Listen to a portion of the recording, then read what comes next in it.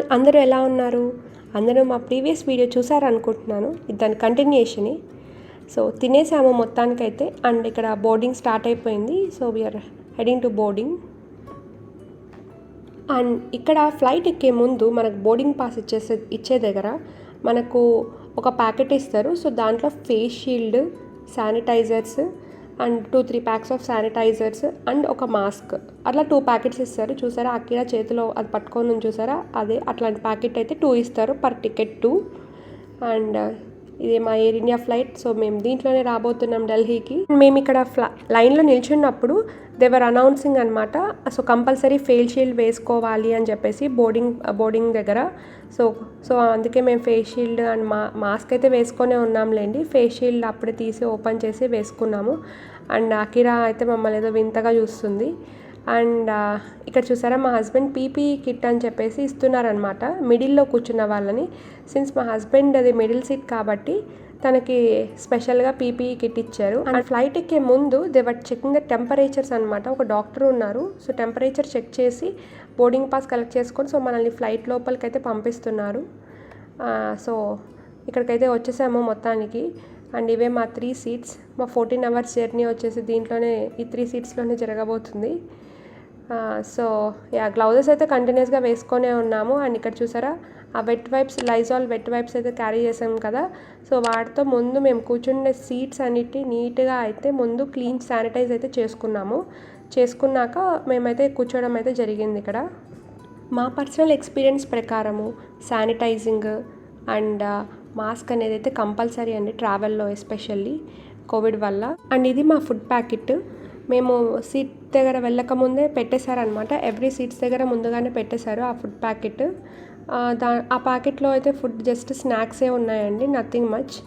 So బేబీకి పెట్టడానికైతే నాకు తెలిసి బేబీ ఫుడ్ ఏం లేదంటే మేము అడిగాము ఫ్లైట్లో అయితే. సో మనమైతే డెఫినెట్లీ ఫుడ్ క్యారీ చేయడం అనేది చాలా బెటర్ అండి, నా సజెషన్ అయితే. మొత్తం అయితే అన్నీ సెట్ చేసుకున్నాము. ఇంకా ఫ్లైట్ టేక్ ఆఫ్ కోసం అయితే వెయిట్ చేస్తున్నాం. ఇక్కడ అకిరా ఫ్లైట్ టేక్ ఆఫ్ ముందే పండుకుంది. బట్ పండుకోకపోతే మటుకు ఫీడ్ చేయడం అనేది చాలా బెటర్ ఆప్షన్. బికాస్ ప్రెషర్ అనేది చేంజ్ అవుతుంది కదా. సో వాళ్ళకి ఇయర్ పెయిన్ రాకుండా ఉంటుంది. సో బెటర్ టు ఫీడ్ బేబీస్కి అయితే. ఎస్పెషల్లీ పండుకుంది కాబట్టి పెద్దగా దానికి పెయిన్ ఏం లేదు. ఇక్కడ బ్యాసినెట్ పెట్టి వెళ్ళారు. సో ఫస్ట్ మొత్తం బ్యాసినెట్ అయితే శానిటైజ్ చేసుకొని ఈ శారీ తెచ్చుకున్నాం కదా. సో ఆ శారీని నీట్గా బ్యాసినెట్లో అంత నీట్గా వేసుకొని ఆ తర్వాత ఆ కిరాన్ని పనుకోబెట్టాము. కానీ పాపం దానికి హైట్ సరిపోలేదు అసలు. బట్ సంహౌ అట్లయితే మేనేజ్ చేసాము. ఇక్కడ దానికి అది పనుకుంది కాబట్టి సో లెగ్స్ ఫోల్డ్ చేసి అలా పనుకోబెట్టేసాము. ఎంటర్టైన్మెంట్ లేదని చెప్పారు చాలామంది. బట్ ఇక్కడ మాకైతే మేము వెళ్ళినప్పుడు మాత్రము ఈచ్ లాంగ్వేజ్లో 1 సినిమా ఉండే. బట్ కిడ్స్కి అయితే ఏమీ లేవండి పెద్దగా. సో బెటర్ ట్యాబ్ క్యారీ చేయడము. అకిరా లేచింది. నాకు తెలిసినంత వరకు 2.5 అవర్ ఏమో పండుకుంది కంటిన్యూస్గా, పర్వాలేదు. బట్ ఆ తర్వాత అయితే లేచింది. సో ఇమీడియట్గా ఫస్ట్ లేవగానే ప్యూరీ పెట్టేశాను. కొన్ని ప్యూరీస్ కూడా క్యారీ చేసాము. బికాస్ ప్యూరీ అయితే ఈజీగా డైజెస్ట్ అవుతుంది కదా. సో సాఫ్ట్ ఫుడ్ కాబట్టి. సో ఆ తర్వాత క్యారీ చేశాను కదా, చపాతీ క్యారీ చేశాను. అండ్ సమ్ బిస్కెట్స్ కూడా క్యారీ చేసాము, దాని ఫేవరెట్వి. సో అవి ఇక్కడ ఆఫర్ చేసాము. బ్యాసినెట్ అయితే బాగా హెల్ప్ అయిందని చెప్పాలి. బికాజ్ ఫుడ్ అంతా బ్యాసినెట్లోనే దాన్ని కూర్చోబెట్టేసి పెట్టాను. అండ్ లక్కీలీ అకిరాకు కూడా నచ్చింది అలా కూర్చొని తిన్నాము. ఇంకా స్టార్ట్ చేసింది అకిరా అల్లరి చేయడము. ఫుడ్ పడింది కదా కడుపులో, నిద్రపోయింది అండ్ ఫుడ్ పడింది. ఇంకా ఆగుతారా చెప్పండి పిల్లలు. సో ఇది బీకడము అది బీకడము అట్లా ఆల్మోస్ట్ ఒక 1 అవర్ 1.5 అవర్ అయితే మేల్కొనే ఉన్నింది. మళ్ళీ ఎలానో ఒకటో కష్టపడి మళ్ళీ అయితే పనుకోబెట్టడానికి ట్రై చేసాము. అండ్ లక్కీలీ అకిరా కూడా మళ్ళీ పండుకుంది. అలా చిన్న నాప్స్, ఫుడ్, మళ్ళీ గేమ్స్, అలా టైంపాస్ అయితే చేసాము ఫ్లైట్లో దాంతో. అండ్ లెగ్స్ కూడా చూసారా ఇలా బయటకు వచ్చాయో. లెంత్ అయితే సరిపోలేదు నేను చెప్పినట్టు అకిరాకి. డెప్త్ కూడా అంత పెద్దగా అయితే సరిపోలేదండి. సో ఇంకొంచెం పెద్ద పిల్లలు అయితే మేబీ అకిరా కన్నా కొంచెం పెద్ద పిల్లలకైతే bassinet is not a good option. So Akira 18 months ఉంది. సో లక్కీలీ అయితే సెట్ అయింది దానికి బ్యాసినెట్. అండ్ మాకైతే బాగా హెల్ప్ అయింది.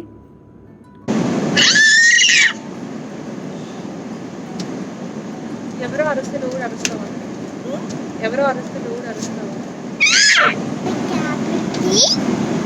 చపాతి, ఇడ్లీ, వడ, వా డా ఏక్ ఎగ్ డాగ్. అమ్మో డాగ్ బొబ్బు ఉంటుంది. అవునా అవునా. సెకండ్ న్యాప్ తర్వాత అకీరా అయితే చాలాసేపు పండుకోలేదు. సో దాన్ని ఎంటర్టైన్ చేయాలని చెప్పేసి దానికి ఏదో ఒక మాటలు చెప్తూ ఉంటే అది కూడా రిపీట్ చేస్తూ ఉంటుంది. సో అది ఎంజాయ్ చేస్తుంది బాగా. అండ్ ఇక్కడ ఏదో బాటిల్ ఇచ్చాము, అది ఏదో ఒకటి ఇవ్వాలండి, లేకపోతే అసలు కామ్గా అయితే అసలు కూర్చోదు. సో ఇక్కడ అదే బ్యాసినెట్లో కూర్చొని ఆడుకుంటూ ఆ బాటిల్తో ఎంజాయ్ చేస్తుంది. ఇక్కడ ఇంకా ఆసనాలు వేయడం అయితే స్టార్ట్ చేసింది అకీరా. బ్రీతింగ్ ఎక్సర్సైజ్ అంటది, హెడ్ బెండ్ చేస్తుంది. సో ఆ బ్యాసినెట్లో కూర్చొని ఏదో దాన్ని అది ఎంటర్టైన్ అయితే చేసుకుంటుంది హ్యాపీగా. సో ఈ మధ్యలో కూడా ఇంకా అది లేస్తుంది కాబట్టి కొన్ని ఫ్రూట్స్, స్ట్రాబెర్రీస్ తినింది, కొన్ని బ్లూబెర్రీస్, అలా ఫ్రూట్స్ అయితే బాగానే తింటూ ఉంది. సో డిహైడ్రేట్ అవ్వకుండా చూసుకోండి బేబీస్. వాటర్ రెగ్యులర్గా ఇవ్వడము అలా అన్నీ చేయండి. అండ్ డైపర్ కూడా నేను బ్యాసినెట్లోనే చేంజ్ చేశాను. వాష్రూమ్కి అయితే అస్సలు తీసుకొని వెళ్ళలేదు. స్పెసిఫిక్ డైపర్ షీట్ అయితే నేనేం క్యారీ చేయలేదు. అండ్ ఇక్కడ అయితే చూసారా ఆల్మోస్ట్ ఒక 1 hours తర్వాత వచ్చారనమాట ఈ ఫుడ్ పార్సల్ ఇవ్వడానికి. అందరూ అయితే ఫుడ్ పార్సల్ రాగానే ఇమీడియట్గా తినడం స్టార్ట్ చేశారు. I think every one is starving. So food అయితే కంపల్సరీ క్యారీ చేయండి. సో ఆల్మోస్ట్ 10 hours గ్యాప్ అనేది చాలా లాంగ్ గ్యాప్. ఫైనల్లీ ఢిల్లీ ఎయిర్పోర్ట్లో అయితే ల్యాండ్ అయ్యాము. బట్ ల్యాండింగ్ అప్పుడు అయితే అకీరా బాగానే ఉన్నింది, కానీ ల్యాండ్ అవ్వగానే అయితే షీ వామిటెడ్. సో నేను ఎక్కువ షూట్ చేయలేదు, బట్ నా ఎక్స్పీరియన్స్ అయితే షేర్ చేస్తాను ఇక్కడ. వామిట్ చేయడం వల్ల చాలా క్రాంకీ అయిపోయింది అకీరా. సో మేము అందుకే ఇంకా హెల్పర్ తీసుకున్నాం అనమాట. అక్కడ ముందుగానే అయితే ఏం బుక్ చేసుకోలేదు, బట్ ఎయిర్పోర్ట్లో దిగిన వెంటనే so there was some assistance ఉండే. సో ఇమీడియట్గా వాళ్ళు వచ్చారనమాట అడగంగానే. వాళ్ళైతే ఫాస్ట్గా ప్రాసెస్ అంతా అయిపోవడానికి అయితే హెల్ప్ చేశారు. నేనైతే వీల్ చైర్లోనే కూర్చొని ఉండే అకీరాని పట్టుకొని. సో గేట్స్ వరకు వాళ్ళే డ్రాప్ చేశారు. అండ్ మా బ్యాడ్ లక్ ఏంటంటే లాస్ట్ మినిట్లో గేట్ చేంజ్ చేయడం వల్ల మళ్ళీ చాలా దూరం అయితే నడిచి వెళ్ళేటప్పటికి చాలా హెక్టిక్ అయిపోయింది. అకీరా ఇంకా క్రాంకీ మూడ్లోనే ఉంది. ఫ్లైట్ ఎక్కిన తర్వాత కూడా మళ్ళీ వామిటింగ్ చేసింది. సో ఇంకా దాన్ని అయితే పనుకోబెట్టేశాము ఇమీడియట్గా.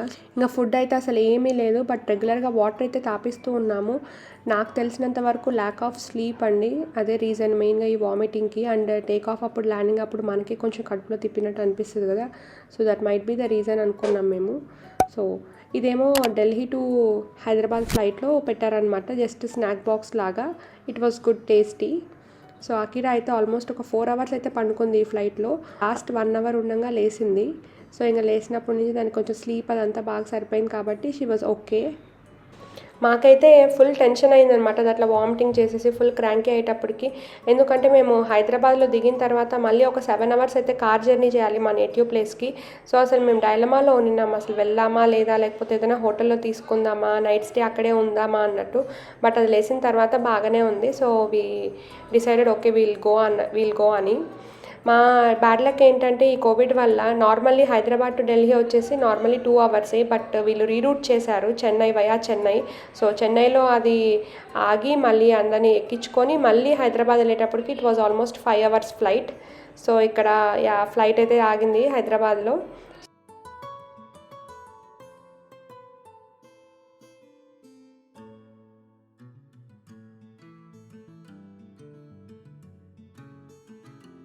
నాకైతే ఎప్పుడెప్పుడు దిగాలా అనిపించింది ఆ క్లోజ్డ్ ఏరియాలో నుంచి. చాలా సఫకేషన్గా అనిపించింది. సో ఫైనల్లీ హైదరాబాద్ అయితే వచ్చేసింది. ఏ కొన్ని పాయింట్స్ అయితే మీ అందరికీ చెప్పాలనుకుంటున్నాను. సో మేమైతే ఆల్మోస్ట్ అన్ని ఫామ్స్ అన్ని ఆన్లైన్లోనే ఫిల్ చేసాము. సో ఒకటి వచ్చేసి exemption form, and other one వచ్చేసి సెల్ఫ్ రిపోర్టింగ్ ఫామ్ అనమాట. సో నేను దానికి సంబంధించిన లింక్స్ అన్ని ఈ వీడియో డిస్క్రిప్షన్ బాక్స్లో పెడతాను. సో డెఫినెట్గా అయితే చూడండి. సో డైరెక్ట్గా ఆ లింక్స్ యూస్ చేసి మీరు self reporting form and exception form అనేది ఫిల్ చేయొచ్చు. బట్ ఎక్సెప్షన్ ఫామ్ అనేది మనము డిఫరెంట్ కేటగిరీస్లో ఫిల్ చేయొచ్చు. సో దాంట్లో వన్ ఆఫ్ ద కేటగిరీ వచ్చేసి బిలో 10 years కిడ్ ఉన్నట్టయితే ఎక్సెప్షన్ ఫామ్ ఫిల్ చేయడము. సో మేము ఆ కేటగిరీ ప్రకారం ఫిల్ చేసాము. ఇంకో కేటగిరీ వచ్చేసి మనము ఆర్టీపీసీఆర్ టెస్ట్ చేయించుకొని కోవిడ్ నెగిటివ్ రిపోర్ట్ తీసుకొని దాని రిలేటెడ్ ఎక్సెప్షన్ ఫామ్ ఉంటుంది. సో అది అప్లై చేయొచ్చు. సో ఇవేవి లేకపోతే మనకు వాళ్ళు పెయిడ్ క్వారంటైన్ ఒక 7 days and home quarantine stamp వేసి పంపిస్తున్నారనమాట. అది హైదరాబాద్లో అయితే అలా చేస్తున్నారు. మేబీ ప్లేస్ టు ప్లేస్ కూడా వేరీ అవ్వచ్చు, ఒకసారి చెక్ చేయండి. ఇక్కడ మా husband self declaration form fill చేస్తున్నారు. సో నథింగ్ మచ్, మనకు just name details, phone number and email address, ఎక్కడ ఉంటారు, ఎక్కడికి వెళ్తున్నారు అని చెప్పి డీటెయిల్స్ తీసుకుంటున్నారు. సో అది ఇక్కడ సబ్మిట్ చేశారు అండ్ స్టాంపింగ్ అయితే చేసి ఎక్సెప్షన్ ఫామ్ తీసుకునే కౌంటర్ దగ్గరికి పంపిస్తారు. మేమైతే చాలాసేపు పడుతుందేమో బయటికి వెళ్ళడానికి మొత్తం లగేజ్ అంతా తీసుకొని అనుకున్నాం, కానీ ఇక్కడ చాలా అయితే ఫాస్ట్గా అయిపోయింది అన్నీ ఆన్లైన్లో ఫిల్ చేయడం వల్ల. సో ఆ ఎక్సెప్షన్ ఫామ్ అంతా ఇక్కడ చూసారా, ఈ కౌంటర్స్లో సబ్మిట్ చేశామన్నమాట. సో ఇక్కడే మాకు హోమ్ క్వారంటైన్ స్టాంప్ వేశారు.